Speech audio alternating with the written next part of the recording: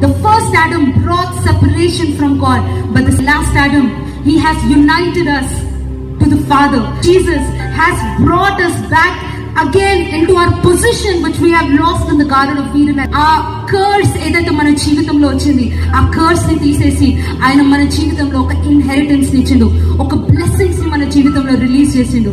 And that is what we need to understand. We lot of times carry this baggage and live in this world. Every time we see ourselves, we say, నేను పాపిని, అమ్మో నేను తప్పులు చేసిన, నేను ఈ position లో నేను జీవించలేను, నేను ఇది చేయలేనేమో. But no, God has changed. You know what happened when Jesus died on the cross? 3 days